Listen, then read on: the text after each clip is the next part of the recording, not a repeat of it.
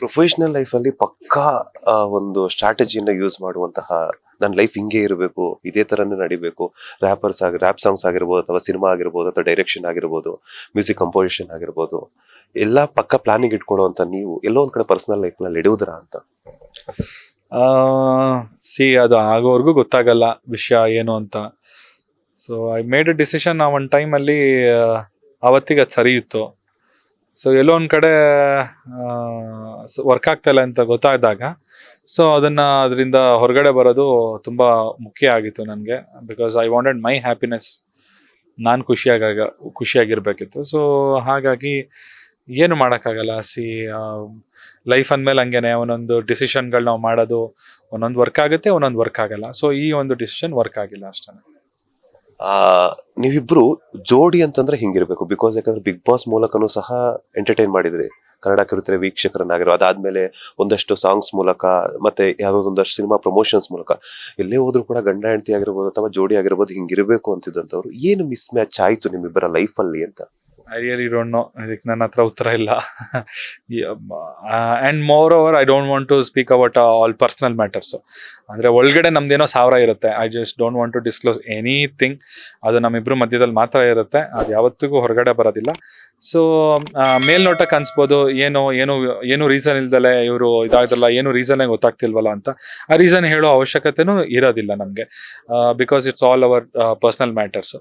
So mainly ಏನು ಬೇಕಿತ್ತು ಅಂತ ಹೇಳಿದ್ರೆ, ಒಂದು ನೆಮ್ಮದಿ ಬೇಕಿತ್ತು, ಒಂದು ಖುಷಿ ಬೇಕಿತ್ತು. ಸೊ ಇವಾಗ ಇಬ್ರು ಖುಷಿಯಾಗಿದ್ದೀವಿ ಅಂತ ಹೇಳಕ್ ಇಷ್ಟಪಡ್ತೀನಿ.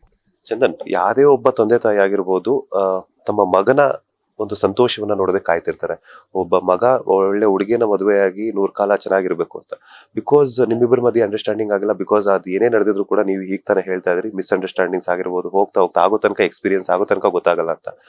ಸೊ ಈ ಥರ ಡಿವೋರ್ಸ್ ತಗೋಬೇಕು ಅಂತಂದಾಗ ಅಪ್ಪ ಅಮ್ಮನಿಗೆ ಏನ್ ಹೇಳಿದ್ರಿ, ಯಾವ ರೀತಿ ಒಪ್ಸಿದ್ರಿ? ಬಿಕಾಸ್ ಯಾಕಂತಂದ್ರೆ ಅವ್ರಿಗೆ ಆತಂಕ ಅನ್ನೋದಿರುತ್ತೆ ಮಗನ ಲೈಫ್ ಹೆಂಗೆ ಅಂತ. ಇಲ್ಲ, ಅವ್ರಿಗೆ ನಾನು ಏನು ಹೇಳ್ಕೊಂಡಿರ್ಲಿಲ್ಲ. ಬಟ್ ಅವ್ರಿಗೆ ಎಲ್ಲೋ ಒಂದು ಕಡೆ ನಾನು ಖುಷಿಯಾಗಿಲ್ಲ ಅನ್ನೋದೊಂದು ಗೊತ್ತಾಗ್ತಾಯಿತ್ತು ಅವ್ರಿಗೆ.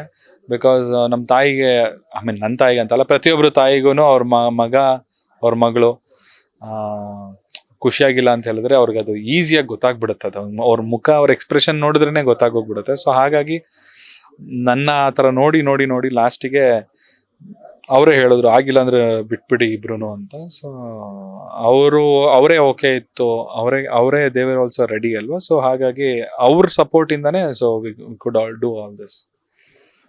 ಸೊ ಮುಂದಿನ ದಿನಗಳಲ್ಲಿ ಸಿನಿಮಾಗಳಲ್ಲಾಗಿರ್ಬೋದು, ಈಗಾಗಲೇ ಮುದ್ದು ರಾಕ್ಷಸಿ ಮೊನ್ನೆ ತಾನೇ ವೈಂಡ್ ಅಪ್ ಆಯ್ತು ನಿಮ್ಮಿಬ್ಬರ ಪೋರ್ಷನ್ಸ್ ಕೂಡ. ಸೊ ಅದು ಸಿನಿಮಾ ರಿಲೀಸ್ ಆದ್ಮೇಲೆ ನೆಕ್ಸ್ಟ್ ಏನಾದ್ರು ಪ್ರಾಜೆಕ್ಟ್ಸ್ ಬಂದ್ರೆ ಮಾಡುವಂತಹ ಅವಕಾಶ ಇದೆಯಾ ಅಂತ? ನೋಡೋಣ, I am not interested right now. ತುಂಬಾ ಎಕ್ಸೈಟ್ಮೆಂಟ್ ಇತ್ತು ಆ ಪ್ರಾಜೆಕ್ಟ್ ಬಗ್ಗೆ. ಇಲ್ಲ, ಇದು ಮಾಡಿದ್ರೆ ನನ್ನ ಲೈಫ್ ಚೇಂಜ್ ಆಗುತ್ತೆ ಅಂತ ಏನಾದ್ರು ಅನ್ಸಿದ್ರೆ may be I will think about it. Latest ಹಾಗೂ ಇಂಟ್ರೆಸ್ಟಿಂಗ್ ಸುದ್ದಿಗಳಿಗಾಗಿ ಬಾಸ್ ಟಿವಿ ಕನ್ನಡ ಚಾನೆಲ್ನ ಸಬ್ಸ್ಕ್ರೈಬ್ ಮಾಡಿ, ಹಾಗೆಯೇ ಬೆಲ್ ಐಕಾನ್ ಪ್ರೆಸ್ ಮಾಡಿ. ಇದರ ಜೊತೆಗೆ ಫೇಸ್ಬುಕ್, ಇನ್ಸ್ಟಾಗ್ರಾಮ್, ಎಕ್ಸ್ ನಲ್ಲೂ ಮಿಸ್ ಮಾಡದೆ ಫಾಲೋ ಮಾಡಿ.